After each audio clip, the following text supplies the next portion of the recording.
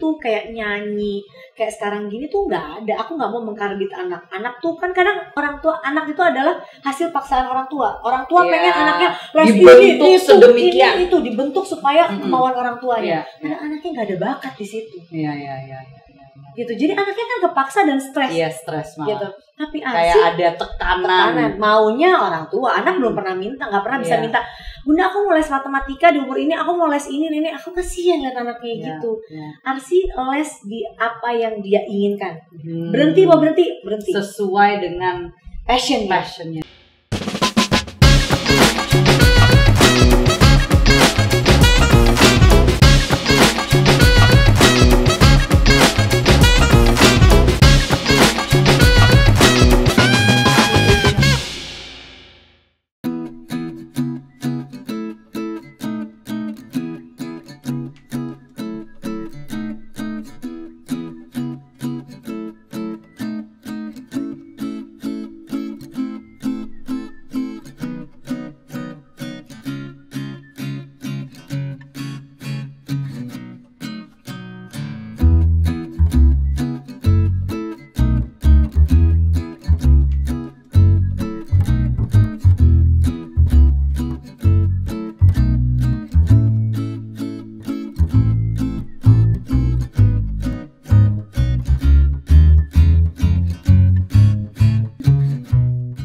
Hi everyone, welcome to Let's Talk with Sarah dengan saya Rahayu Saraswati. Kembali lagi kita ada sesi atau episode yang akan sangat menarik karena kali ini saya akan bicara dengan Bunda Ashanti.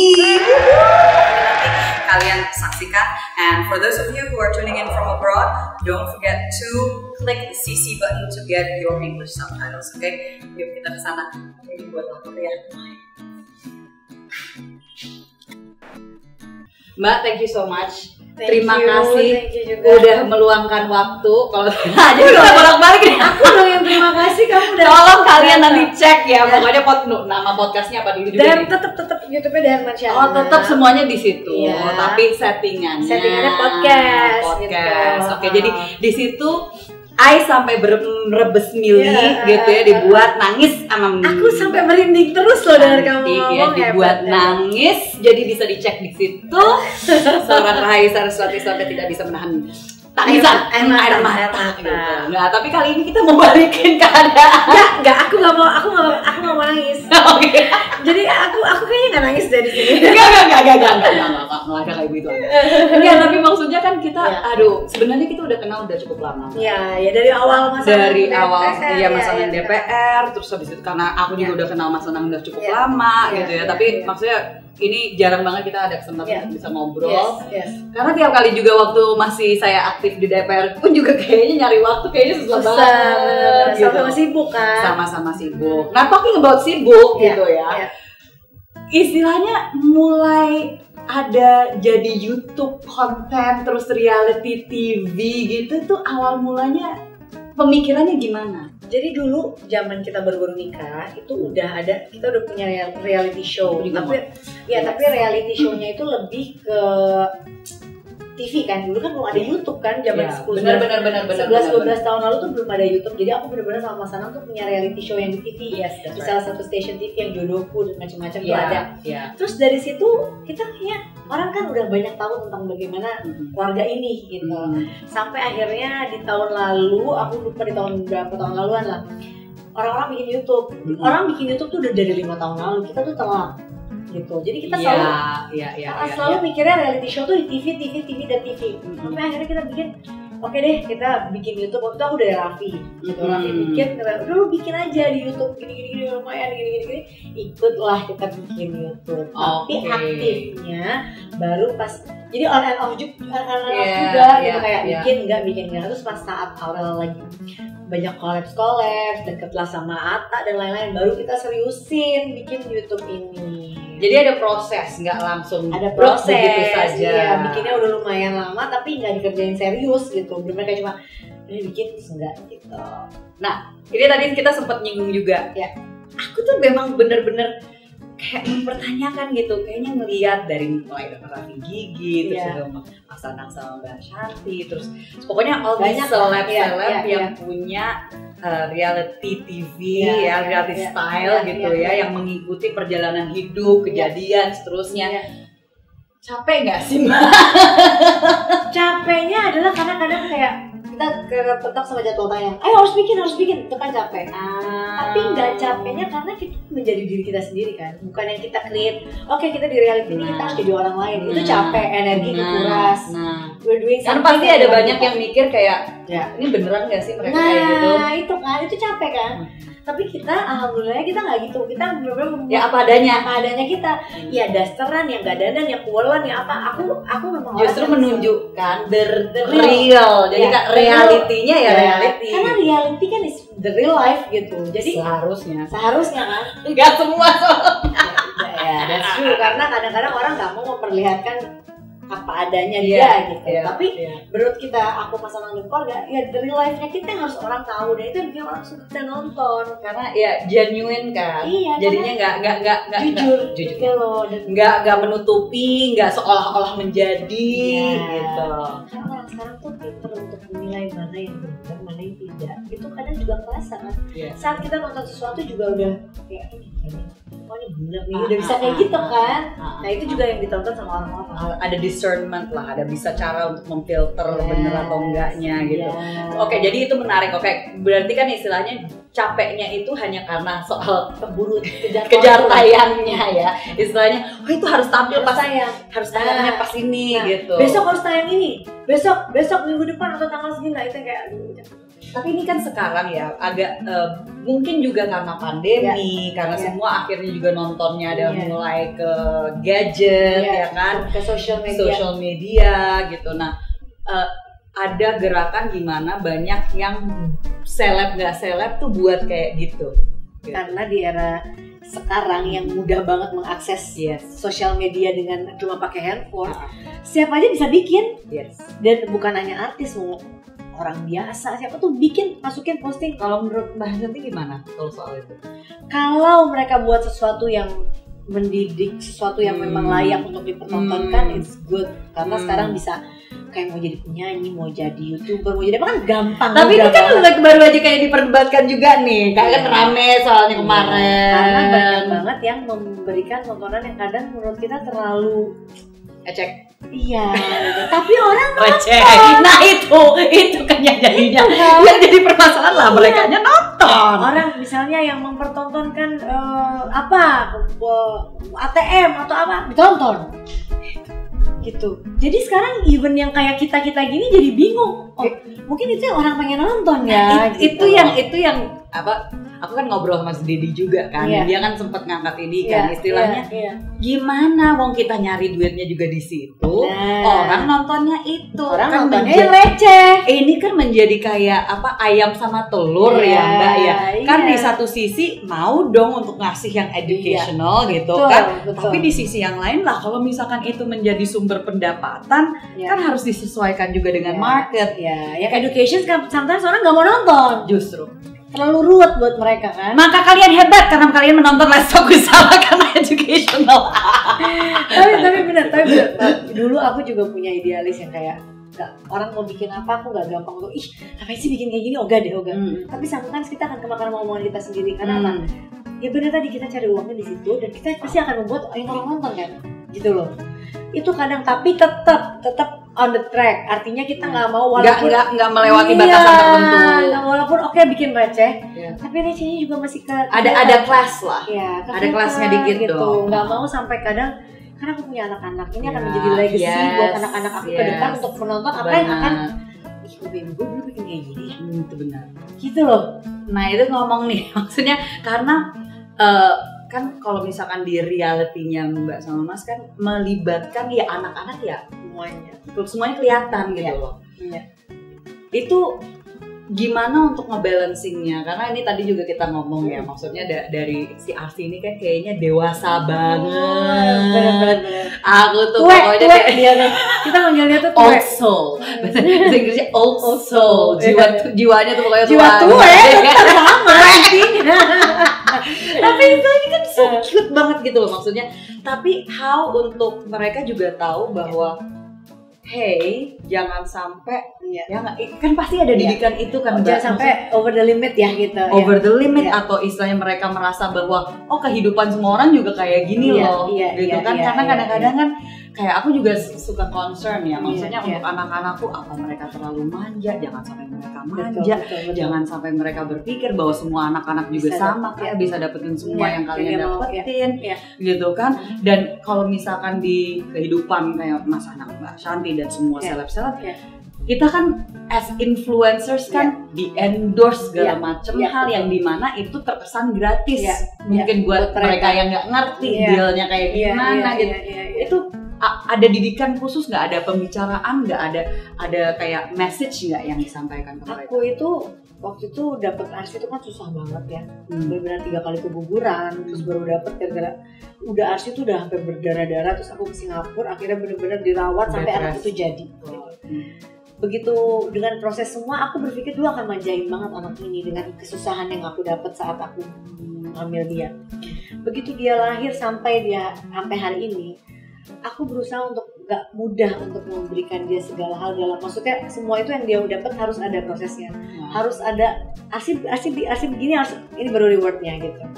Kenapa? Karena membuat anak ini jadi nggak gampang untuk melihat semuanya secara gratis, semuanya secara instan, secara gampang. Dan ARSI itu selalu aku kasih tahu, ARSI orang masih banyak yang hidupnya kayak gini. Karena kalau ARSI selalu ngeliat teman-temannya, ARSI akan selalu kok temanku bisa gini, kok temanku bisa gitu, gitu. Dalam hal mendapatkan apapun. Tapi saat ARSI ngelihat misalnya aku ada ngantor-ngantor pemulung yang aku sekolahin dan lain-lain, dia jadi melihat bahwa sih banyak orang yang ngambil makan aja harus melakukan itu semua gitu. Jadi dia punya kedewasaan yang membuat dia jadi lebih dewasa dari umurnya tanpa kita, karena exposure karena kita selalu udah kasih lihat dari dia umur setahun 2 tahun itu udah kita kasih. Gak ada yang mudah sih, bahwa bapak ibu kamu bukan orang yang mudah menghasilkan uang juga, harus kerja keras. Proses. Betul. Jangan sampai kita takut dengan proses. Karena proses yang membuat kita bisa jadi sampai begini. Tapi proses yang mudah akan membuat anaknya juga dengan mudah nggak akan berhasil gitu.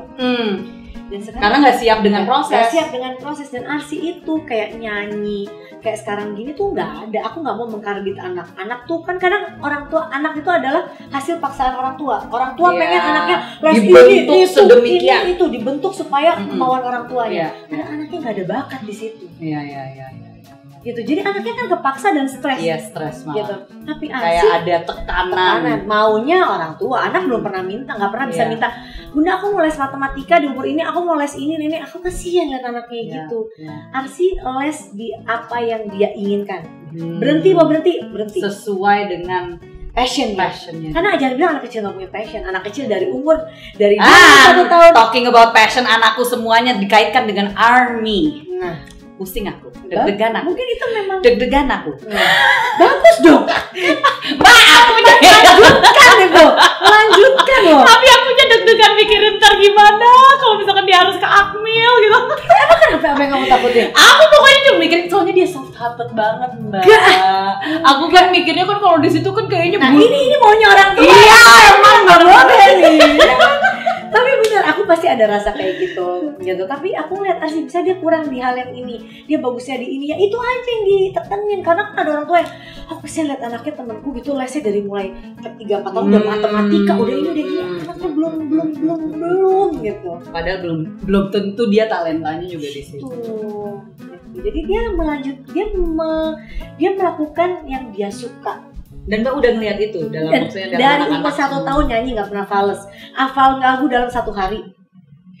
Dia di situ. Tapi begitu aku kasih dia yang terlalu ke pelajaran gitu, dia kayak tadi dulu Bunda gitu, nggak bisa gitu, nanti dulu. Tapi it's okay. Bukan berarti dia nggak bisa, cuma mungkin perlu lebih lama. Ya, jadi nanti kan ada sekolah yang didik dia di SD, SMP, SMA. Kita buat apa ngasih dia di umur yang pengen bahasa Inggris, pengen ini, tapi bahasa Indonesianya belum bagus. Nah, yes. Itu tuh tahu nggak sih, ini curhatan emak-emak ya. Tapi maksudnya nyari sekolah yang standar internasional menggunakan bahasa Indonesia sebagai bahasa utama tuh susahnya minta ampun. Tapi sekolah anakku gitu. Ada ya. Internasional dan karena Mas Anang kan harus sekolah Islam ya, karena anaknya pengen ada pendidikan agamanya juga. Tapi yang Indonesianya dikedepankan, karena aku sering banget ngeliat orang yang anaknya banyak banget orang gitu, keluarga aku aja juga gitu ya, bangga dengan anaknya nggak bisa bahasa Indonesia. Kayak iya anak gue nggak bisa bahasa Indonesia nih, bisa bahasa Inggris. Oke, aku bilang enggak, cannot. Anak gue harus jago bahasa Indonesia, baru belajar second language. That's right. Gitu. Pasti. Nah itulah maksudnya hal-hal seperti. Tapi nggak kaget juga sih ya, secara Mas Anang tuh waktu kemarin pun juga karena passion dia sebenarnya. Dia bisa Jawa. Dia trilingual justru. Tapi enggak, maksudnya kayak banyak orang. Aku juga kenapa buat ini tuh sebenarnya untuk menunjukkan, karena gini, seringkali sebagai politisi kita dibuat kayak two dimensional. Sama juga dengan artis ya, istilahnya dibuat two dimensional, seolah-olah kita tuh nggak ada sisi-sisi lain. Kayak kita cuma dibuat ya pokoknya dia seperti ini, dia kayak gini, udah gitu. Terus, nah ini kenapa aku buat kayak gini tuh sebenarnya untuk menunjukkan kita tuh ada loh pemikiran. Kan kalau misalkan buat mereka yang nggak ngikutin Mbak Shanti dari awal, mungkin juga nggak tahu proses untuk mendapatkan ASI gimana, proses dalam hidup gimana, proses dalam hidup seperti apa. Nah ini juga istilahnya banyak juga yang aku yakin, bahkan aku sebagai orang tua juga ngelihat, buat kita yang benar-benar ngerti empati ya. Tapi saya gini, satu hal untuk punya anak sendiri, tapi then to have a blended family, istilahnya go into a family yang udah ada dua anak, apalagi dua anak yang udah mau beranjak dewasa lagi waktu itu gitu. SD, ya tapi maksudnya kan udah gede gitu, maksudnya bukan yang bayi, bener. Gitu loh maksudnya. Yang lebih susah untuk diatur sebenarnya. Itu maksudnya. Mau ABG, yang kita semua juga udah pernah melalui ya masa-masa ABG yang agak-agak sulit di ini gitu. Diatur. Tapi maksudnya kan waktu itu kayak proses itu pasti nggak gampang kan? Nggak gampangnya karena saat aku deket sama Mas Anang itu kan bener-bener kayak nggak pernah ngerti bahwa kita tuh akan pacaran atau nikah gitu. Saat itu aku bener-bener aku pernah punya album 2007 gitu di Sony Music. Terus aku ngerasa kayaknya memang karena keinginan orang tua aku yang nggak pengen aku terjun ke dunia entertain, maunya anak itu sekolah gitu. Oh ya? Iya. I'm like, wait, aku merasakan, I feel you. Okay, anyway. Bener, dulu aku tuh sekolah aku ngambil ilmu politik dia satu, aku yang which is aku sebenarnya dulu nggak suka gitu, tapi karena papaku harus ada yang nerusin gitu, karena empat kakak aku nggak ada yang terjun ke situ. Akhirnya aku masuk dengan sesuatu yang bukan yang nggak aku suka. Terus aku mau nyanyi dari dulu SMA, ngeband apa, semua terbatas, ngumpet-ngumpet. Iya, semua ngumpet-ngumpet. Tapi aku bilang nggak sih Kak, kalau Bunda dari kecil aja udah mendapatkan prioritas untuk bisa ke entertainment. Tapi kan aku nggak punya gitu, karena aku selalu ngumpet-ngumpet dan lain-lain. Tapi oke lah, udah aku pikir memang mungkin saat aku punya album pertama itu aku ngerasa, dan waktu itu papaku udah meninggal, aku punya album pertama dan gak berjalan. Aku pikir, memang mungkin bukan dunia aku di sini, dan mungkin tidak direstui oleh ayahku gitu. Udah, dulu kan pikiran macam-macam. Ketemulah Mas Anang, waktu itu aku udah mau masuk Depu, bayangin udah daftar, udah semua. Oh wow, iya saya Depu. Karena kan keluarga aku kan keluarga Depu semua, pokoknya udah fokus ke situ. Kenal lah dengan seorang Anang Hermansyah. Iya. Tiba-tiba deket, dia nanya, mau nggak kamu duet sama aku gitu? Terus aku kayak di satu sisi, aduh ini aku sempat udah gak mau nyanyi lagi, dan terus kedua kayak apa Tuhan memberikan jalanku lewat dia gitu. Masih ada pertanyaan-pertanyaan itu, ini beneran gak sih? Walaupun saat itu aku merasa udah 29 kan, 28 udah kayak gue mau mulai nyanyi lagi tuh udah telat banget deh. Kalau misalkan ini harusnya dari kemarin gitu kan? Kenapa baru sekarang gitu? Kan we never know ya. Never know. Jalan orang, jodoh orang. So aku ngeliat Mas Anang tuh kayak musisi doang, dia ngerti apa. Tapi saat aku kenal dia, perjalanan proses aku pacaran, dia orang yang jauh lebih pintar daripada aku. Tanpa basic, honest loh, dia memang pintar loh. Tanpa basic sekolah loh. Iya. Dia memang street smarts-nya gitu jalan. Ya, dan orang yang gitu kan jauh lebih cerdas. Iya, cerdas. Aku kontekstual banget dan dia enggak. Itu selalu, dan kenapa akhirnya aku pacaran memutuskan menikah, karena kita selalu debat gitu dalam apapun tuh kita ngobrol. Tapi debatnya tuh positif ya. Saling menantang untuk challenging positif dan aku tuh suka laki-laki yang pintar. Dan dianya fine dengan Mbak juga nantang dia kan? Karena kan ada ya laki-laki yang kalau misalkan digituin kayaknya langsung off gitu. Oh ini ceweknya terlalu pinter, lebih pintar daripada saya gitu. Dia kan. malah seneng. Dia malah seneng. Dia insecure gitu. Enggak, dia malah seneng dan dia malah wah ini aku gini nih, yang aku mau tuh kayak gini. Saat itu dan aku juga mau ngomongin apa aja masih bisa nyambung. Ya karena kalau misalkan dapet istri juga yang nggak bisa diajak ngomong, kayaknya bingung juga gitu. Sama aku kalau dapet suami yang terus Mas Anang tuh walaupun dengan dia pintar, dia bisa gitu, dia tuh selalu bisa mengalah untuk yang wajib dia mengalah, tidak mengalah untuk yang dia rasa nggak boleh mengalah. Ini lama-lama kayaknya Mas Anang kenapa jadi perfect banget sih? Nggak perfect, nggak juga banget. Nah ini keras. Dia tuh keras kepala, dia tuh nggak mau ngalah kalau makanan. Oh, dia tuh banyak nyebelinnya, banyak. Kalau makanan, aku kan suka. Contohnya gimana kalau nggak mau makanan? Aku kan suka makanan raw, kayak oyster, sashimi dan lain-lain makanan yang gitu-gitu. Yes. Dia tuh makanannya harus makanan Indonesia banget. Parah. Ini kayak aku sama suami. Iya. Parah. Ini sama persis. Dan begitu pacaran, gaya dia. Aku mau makanan yang kamu makan semua.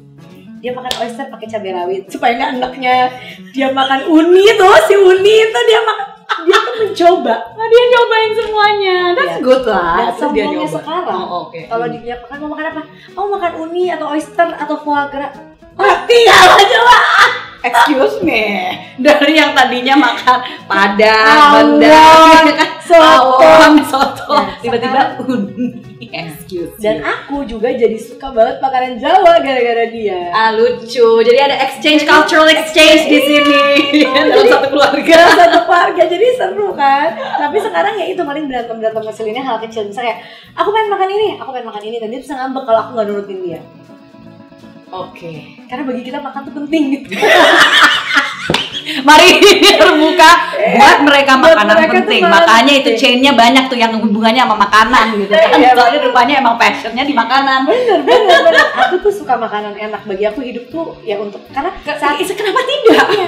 Hidup sudah cukup singkat untuk kita nggak menikmati. Jadi saat kita ngobrol keluarga intens tuh saat kita lagi makan. Itu apa Indonesia banget atau dunia ya? Yang istilahnya kayak kita justru bisa nyambung satu sama lain, bisa ngobrol pada saat makan di meja bersama. Makan. Makanya yang paling berguna di rumah adalah pantry kan, atau meja makan. Tempat kita ngumpul, tempat anak-anak. Kitchen tuh pokoknya penting banget tuh, dapur pokoknya dibuat untuk seluas mungkin siapapun bisa duduk di situ. Benar. Karena saat kita ngobrol di ruang tamu atau di mana kan kaku banget. Kesannya kayak pengen ngobrol gitu. Tapi di situ kan sambil makan, terus kebuka lah apa yang harus kita obrolin. Bener. Nah ini tapi udah jadinya panjang banget kesini. Aku tuh benar mau nanya soal sebagai seorang ibu. Saking serunya. Sebagai seorang ibu. Kan waktu itu kan istilahnya belum punya anak sendiri, tiba-tiba menjadi ibu. Nah gitu. Saat itu karena kita cocok banget, jatuh cinta lah kan kita berdua. Iya loh, kalau misalnya nggak jatuh cinta. Saat kita jatuh cinta, aku stres pertama adalah Anang punya anak 2. Yes. Aku gak punya anak. Aku bisa gak yang ngurus anak? Aku bisa gak nih jadi ibu dari anak 2 yang waktu itu kelas 5 dan kelas 6 SD? Yes.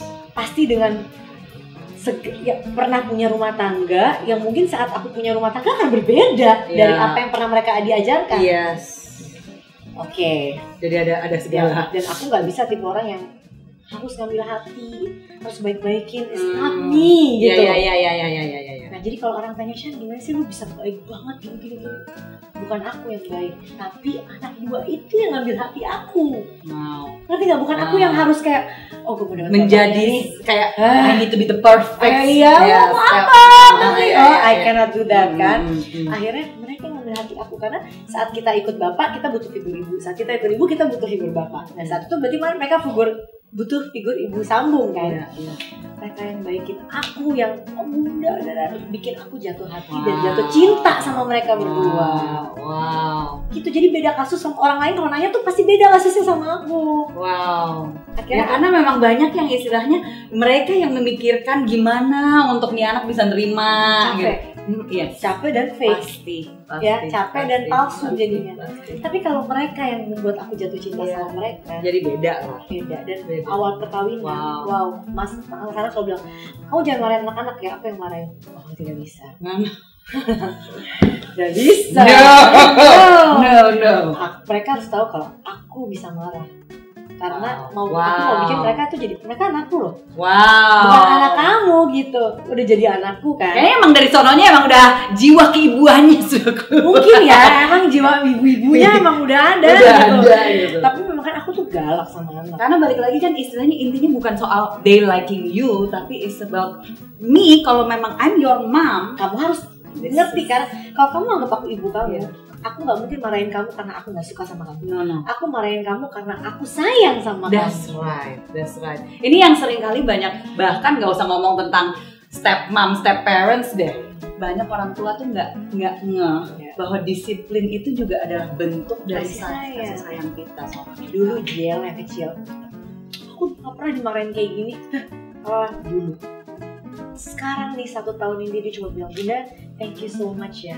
Udah marahin aku, udah mendidik aku sampai kayak gini. Karena dia udah ngerti. Aku tuh merasa, dia tuh sweet. He's very sweet. Dia thank you terus gitu. Kayak ngerasa bahwa aku dimarahin tuh dulu karena gini. Dan aku kan selalu gak mau marahin ke bapaknya. Marahin dong anaknya. Enggak, aku selalu marahin ke dia. Bapaknya tuh gak pernah marah. Ya, aku barunya mau nanya, pasangan pernah marah nggak sih kalau di rumah? Gak pernah. Ini balada mak-mak nih kalau misalkan Emang. suami yang istilahnya kita yang marah terus, kita yang jadi bad cop gitu kan, maaf curhat ya. Tapi bener loh, aku gak suka banget karena aku suka berantem sama pasangan gara-gara Arsi gitu kan. Aku marah, terus Arsi, sini sama ayah yuk kita beli coklat. Ayo. Kita beli coklat. Aduh, parah lagi.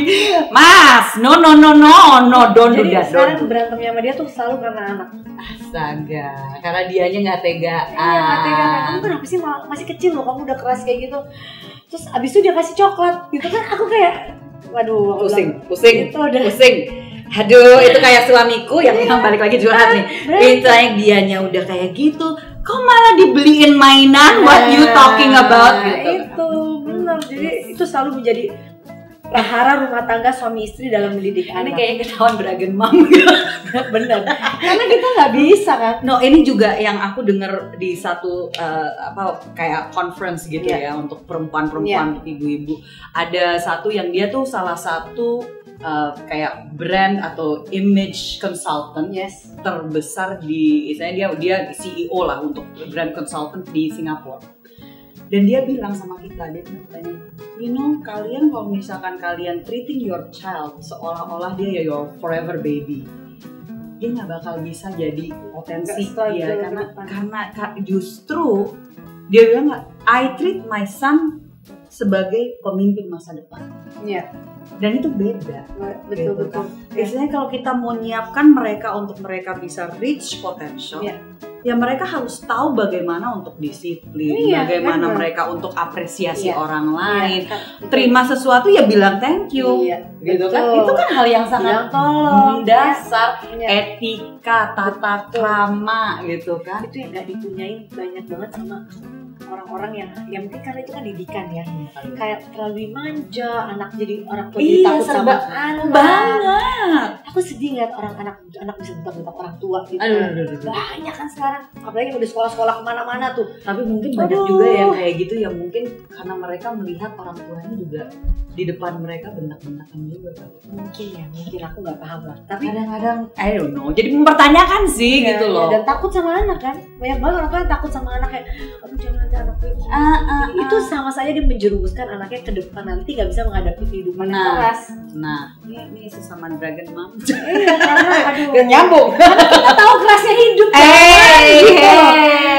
Aduh, kerasnya hidup dan negatifnya, banyak orang-orang yang negatif. Kalau kita justru gagal kalau kita nggak mempersiapkan mereka untuk menghadapi itu.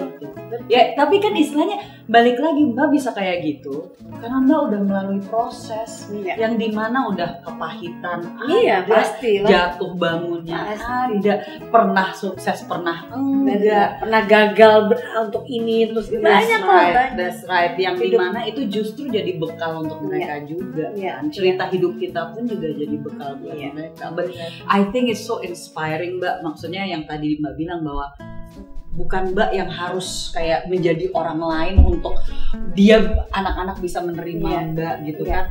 Dan sekarang maksudnya jujur gitu, maksudnya ngelihatnya itu tuh aku yang wow gitu, maksudnya bisa. Dan itu kakak adik semuanya sayang banget, ya ampun itu kalau aku lihat they love each other so much. Bahkan adik-adiknya pun juga kayaknya ngejaga kakaknya loh. Iya banget. Bukan hanya kakak yang ngejaga, ya mungkin juga karena aksinya juga old soul itu tadi ya. Itu tadi soalnya aku kayaknya ngelihatnya dia, oh my gosh dia bener-bener ngejagain. Bener jagain kakaknya gitu loh. Dia nggak mau kakaknya terluka, dia nggak mau ada ucapan yang sekarang kayak Loli pisah rumah gitu. Saat misalnya aku bilang kalau dia nanya gitu, aku bilang udah Kak jangan diteleponin terus, kalau dia udah punya hidup sendiri gini-gini.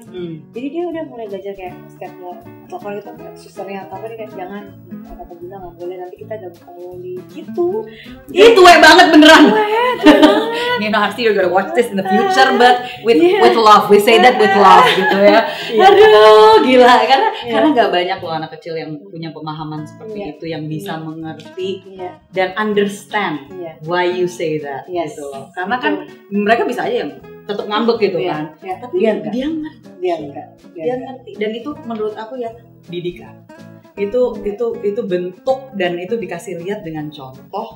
Karena beda ya kalau misalnya kita ngedidiknya tuh cuman say tanpa kita kasih contoh ya. Karena anak itu kan mengcapture yang paling pertama tuh adalah keluarga dia, orang-orang sekitarnya dia, baru teman-teman dia.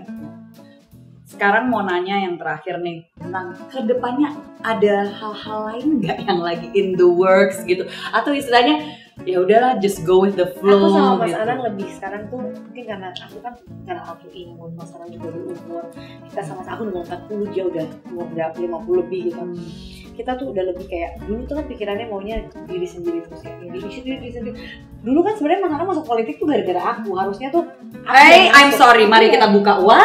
Jadi dulu ada dosen aku di zaman aku kuliah, Mas Bima Arya, wali kota Bogor kan? Yes. Wali kota benar ya, Mas Bima Arya. Yes, mantap. Ya kan? Aku udah udah masuk, udah Ashanti yang masuk. Pada 3 hari terakhir sebelum masuk, Mas Anang nggak rela. Mas Bima, karena udah kecebur juga kan. Oke, kalau digantiin aku gimana? Oh, lebih senang lagi. Lebih firm nih kan. Oh, jadi dia masuk karena menggantikan saya. Astaga. Dengan segala ketidaksiapan dia, dengan segala kebingungan dia yang pasti kaget juga kan. Dan dia kan paling aktif politik gitu kan. 11-12 sama saya. Terjerumus lah dia masuk. Itulah cerita. Astaga. Gitu. Jadi sekarang dan akhirnya dia 5 tahun di sana, dia tuh jadi cinta dengan dunia itu. Ya istilahnya kayak wow, care-nya itu yang belum nonton silakan nonton di Lesta Kusara yang dan waktu dia itu. Sempat sedih karena gue di sini masuk cuma mau memperjuangkan musik, tapi kok yang gue perjuangkan malah begini. Akhirnya dia di situ nggak mau nyanjutin karena biar orang-orang yang dulu melihat dia memperjuangkan tuh tanpa embel apapun, gue keluarnya. Gue berjuang di luar. Nah sekarang saat dia udah berjuang di luar buat meyakinkan orang-orang ini bahwa dia nggak ada embel apa, bener-bener pengen semuanya tuh buat kita musisi nih. Terus sekarang lebih mengedepankan untuk mungkin Mas Anang tetap ingin dengan perjuangan musisinya dia. Kalau aku lebih pengen ke sosial aja gitu, karena kayak aku nggak tahu sama Mas Anang hidup kita tuh udah tinggal di berapa lagi dengan kita. Nggak tahu kenapa ya belakangan ini aku pun juga istilahnya kalau masih muda lah kita sebenarnya. Tapi kemarin tuh aku hampir mati pas COVID itu. Nah itu di situ pasti it's like a wake up call banget ya. Soalnya Mbak sempat kritis kan. Aku kaget swear, aku nggak denger apa-apa tiba-tiba aku tuh sempat ngerasa di napas terakhir aku kalau aku pulang ke rumah sakit itu dari perjalanan anakku yang laki bawa mobil, karena dia doang yang COVID yang bisa bawa mobil kan. Kita sama-sama COVID, itu ada rumah sakit dan napasku tuh sampai dia bilang mataku tuh udah putih-putih, udah naik, udah semuanya kan. Terus aku kayak ngerasa Tuhan tuh ngasih aku kehidupan lagi. kesempatan hidup lagi. Kalau aku nggak pergunakan sebaik mungkin, aku nggak tahu akan bagaimana nih ke depannya. Jadi kita berdua udah mulai kayak, yuk kita tata hidup kita dengan lebih baik. Udah jangan yang aneh-aneh lah gitu. Itu hal yang apa ya, maksudnya selalu ya kalau kita dengar orang yang pernah yang merasa diberi kesempatan lagi untuk hidup itu ya yang benar yang seperti ini gitu, merasa bahwa my life itu mau untuk apa gitu kan. Aku kemarin 2 kali aku kayak gini. Dulu aku pernah kena radang selaput otak, lalu aku pernah dibilang kena 2 tahun lalu dibilang autoimun. Tiba-tiba kemarin COVID aku kritis kayak gitu. Aku tuh udah karena hubungannya dengan autoimun juga kan jadinya efeknya ya. Jadi aku bilang, nah Tuhan, aku ya Allah, aku mau bener lah gitu. Bukan mau bener, tapi aku mau banyak melakukan hal-hal yang lebih baik daripada yang sebelumnya. Iya. Ngerti banget. Tapi jadi maksudnya kedepannya itu memang fokusnya aja sebenarnya, shiftingnya ya. Iya, shiftingnya yang mungkin agak sedikit berbeda, dan mungkin dari situ akan ada plan-plan baru. Plan baru yang mungkin lebih ke memikirkan orang lain lah gitu. Kalau dulu kan kayaknya mikirnya diri sendiri, keluarga gitu. Sekarang mau lebih memikirkan orang-orang banyak lah. Tapi aku percaya Mbak, justru pada saat kita jadi kayak apa ya, saluran berkat untuk orang lain, kita pasti akan terus dicukupi.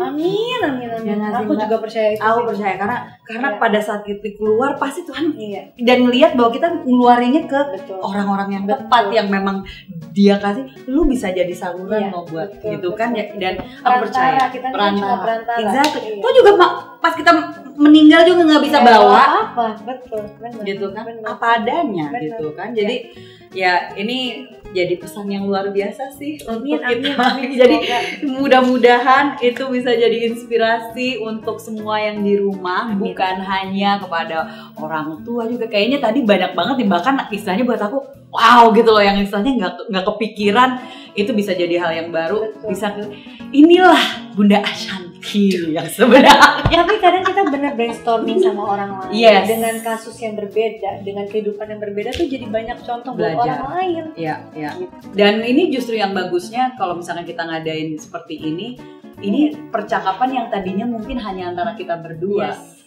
Bisa juga. Kita ini kan sebenarnya jadi aku itu jadi agak lupa dengan kamera loh malah. Kadang kan gitu, kadang kita ngobrol sama orang, kadang kita lupa dengan kita lagi syuting, gitu. Tapi kadang keluar aja karena kan kita memang pengen hanya this is supposed to be like that for me, karena aku mau ngasih it's like this is ini loh conversation itu kayak gini dan kita mau kalian untuk dapat juga loh nilai-nilai yang bagus-bagus ya diambil.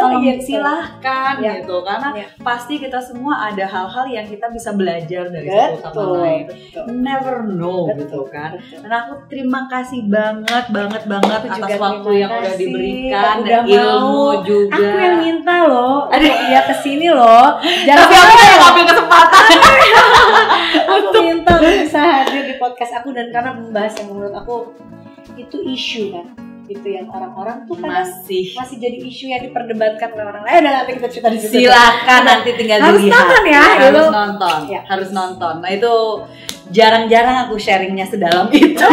Tapi karena memang kalau namanya Mbak Ashanti yang nanya, aku jadi bisa terbuka gitu kan. Karena seneng kan kita dan sesama ibu, beda lah gitu loh. Maksudnya kalau ngomongnya interview yang istilahnya dalam konteksnya yang tahu kan media, news gitu. Ini kan istilahnya sama sharing gitu. Jadi mudah-mudahan itu juga bisa bermanfaat. So jangan lupa untuk cek ya di The Hermansyah. Oke.